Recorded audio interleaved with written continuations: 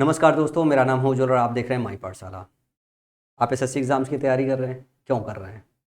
इसलिए कि आप मेहनत करें सुबह से लेकर शाम तक और भर्ती हो जाए फ्रॉडियल लॉन्डो की। वो भी टॉप 200 में 22 लॉन्डे फ्रॉड के भर्ती हूँ। कैसा लगेगा आपको? और ये अगर सिर्फ न्यूज सुनाई दे तो भी हमारे मन के अंदर संतोष है कि चलो झूठ भी हो सकता है।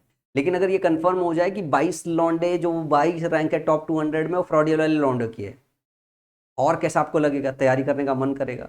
सुबह से लेकर शाम तक एक बच्चा मेहनत किए जा रहा है कि एक सीट मिल जाए। कुछ बच्चे तो 18-18 घंटे मेहनत कर रहे हैं कि उनको रैंक मिल जाए, फिर पता चले कि 200 में से तो 22 लौंडे फ्रॉडियल है। ये तो 22 पकड़ में आ गए तो पता चला 22 फ्रॉडियल है, पता नहीं कितने और फ्रॉडियल होंगे।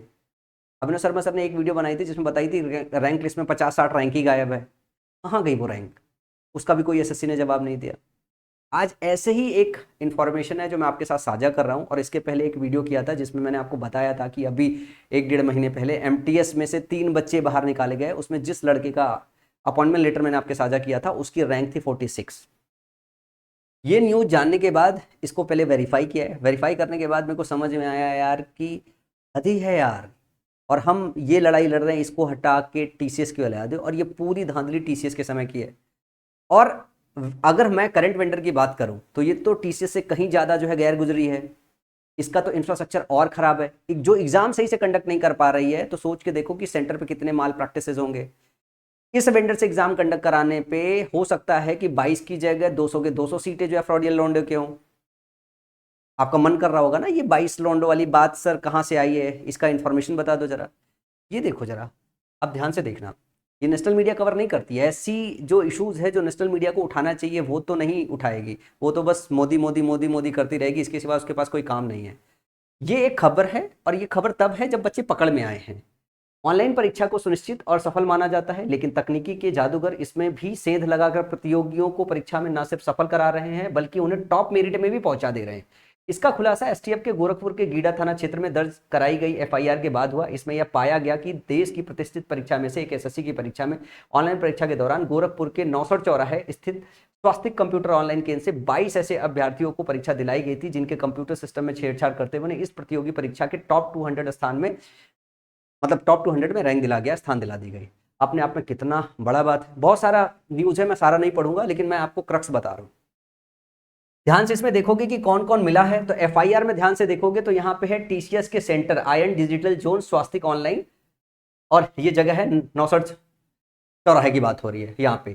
फिर उमाशंकर मिश्रा, रामस्वरूप यादव, राजी रंजन वर्मा, परमहंस यादव, अवनीश कुमार गौतम, जुगेश कुमार गौतम। इसमें जब आप पूरा पढ़ोगे इस पूरे एफआईआर की कॉपी को तो आपको पता चलेगा कि सेंटर पूरा का पूरा इन्वॉल्व था, टीसीएस के कुछ अधिकारी इन्वॉल्व थे।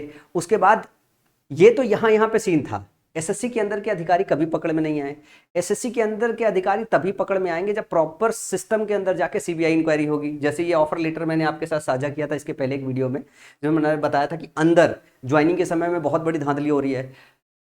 इस लड़के का, इसकी रैंक थी 46, ये विथ हेल्ड कैटेगरी में डाला गया। तो क्या ये अंदर ले जाने पहुंचाने का जो काम है वो विथ हेल्ड कैटेगरी के माध्यम से हो रहा है, और ये किसी अधिकारी ने फर्जी लेटर इशू किया है या इसका रोल नंबर उधर किया है? क्रॉस वेरिफिकेशन में ये पता चल गया है कि ये ऑफर लेटर रिलीज किया गया। बाद में एसएससी ने कहा कि ये बच्चा हमारे डेटाबेस में नहीं है, मतलब कोई ऑफर लेटर रिलीज नहीं किया गया। तो अंदर अधिकारी भी मिले हुए हैं। आप सोच के देखो यार, मतलब 200 में से 22 लौंडा अगर फ्रॉडियल है तो क्यों मेहनत कर रहे हो आप? क्यों हम शिक्षक पढ़ा रहे हैं? सीधे सीधे पैसे ले लो, चले जाओ, सीट दे दो यार। अभिनव शर्मा सर ने भी यही बात की थी। मैंने सारे शिक्षकों को साक्ष्य भेज के ये भी बोला था। मैंने राकेश यादव सर को डायरेक्टली मैसेज किया है, मैंने आदित्य को भी मैसेज किया है, मैंने अभिषेक को भी मैसेज किया है। जितने लोग मेरे कॉन्टैक्ट लिस्ट में, मैंने सबको डिटेल भेजी थी। मेरी अपनी जो रीच है वो रीच उतनी बड़ी नहीं है, लेकिन अगर आप लोग चाहोगे तो ये जो मैसेज है ये दूर तक चला जाएगा। एक बार ये वीडियो थोड़ी सी वायरल हो जाए ना तो सारे शिक्षक इस पे वीडियो बनाने लगेंगे। और ये मुद्दा इतना ज़्यादा सीरियस है कि इस वक्त अगर जब हम टीसीएस की बात करें, टीसीएस फिर भी इसका इंफ्रास्ट्रक्चर ठीक था।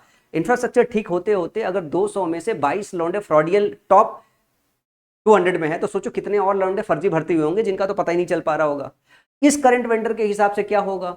सारे शिक्षक ऐसा लग रहा है एग्जाम पोस्टपोन करा के बैठ गए हैं, बच्चों की आवाज उठाना भूल ही गए हैं। बस चुपचाप शांति से बैठे हुए हैं, अब देख रहे हैं एसएससी आगे क्या करेगी। जो मुझे समझ में आ रहा है कि करंट वेंडर से एग्जाम कराना और ही ज्यादा रिस्की हो सकता है आधी से ज़्यादा सीटें कहो इस तरीके का फ्रॉडियल हो सकता है। अभी आदित्य रंजन सर की एक वीडियो में आपने देखा होगा कि बाहर से रिमोट एक्सेस करके सॉल्वर क्वेश्चन सॉल्व कर रहा है। ये पूरा केस वही था कि रिमोट एक्सेस के थ्रू जो है दूसरे लोगों ने पेपर सॉल्व किया हुआ है।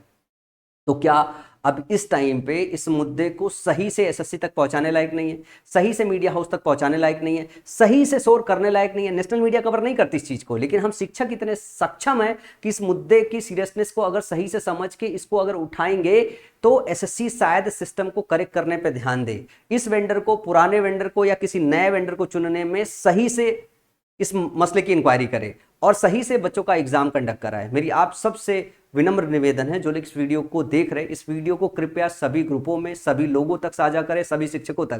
क्योंकि टीचर भी कई बार ऐसा होता है ना, वो व्यूज और क्रेडिट के लिए वीडियो बनाते, तो हो सकता है ये वीडियो वायरल हो तो इस पे वो वीडियो बनाना चालू करें। जब इस पे वो वीडियो बनाना चालू करेंगे तो ये मुद्दा बाहर निकल के आएगा।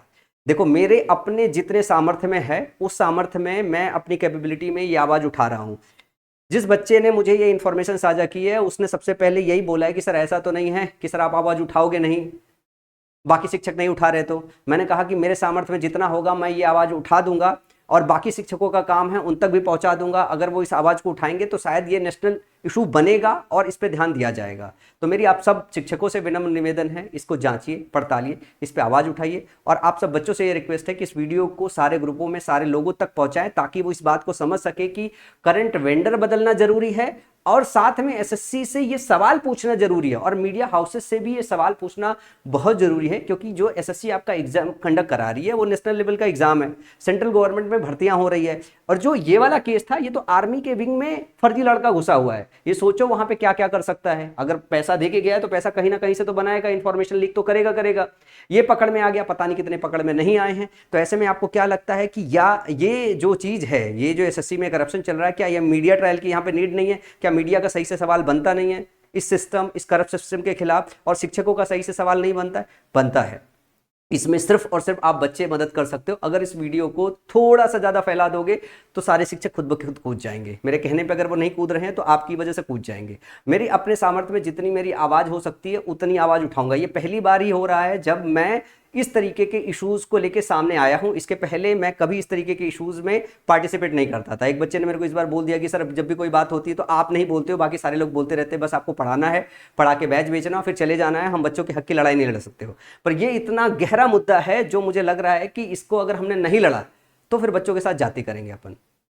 तो मेरी आप सब बच्चों से बस यही रिक्वेस्ट है, इसको इतना फैला दो कि सारे शिक्षक इस मुद्दे को पकड़ लें। एक बार उन्होंने इस मुद्दे को पकड़ लिया तो फिर आपका काम हो जाएगा, मीडिया ट्रायल इसका हो जाएगा और एसएससी चेयरमैन को इस सिस्टम को करेक्ट करना पड़ जाएगा। क्योंकि इतना जब एक बार उतरे हैं, इतना कुछ हुआ है और इस टाइम पे मुद्दा थोड़ा गर्म भी है। अगर ये मुद्दा हाईलाइट हो गया तो शायद सिस्टम करेक्ट करने की तरफ हमारा दूसरा जो है पहल हो जाएगा, दूसरी कदम हो जाएगी। एक कदम हम ऑलरेडी डाल चुके हैं।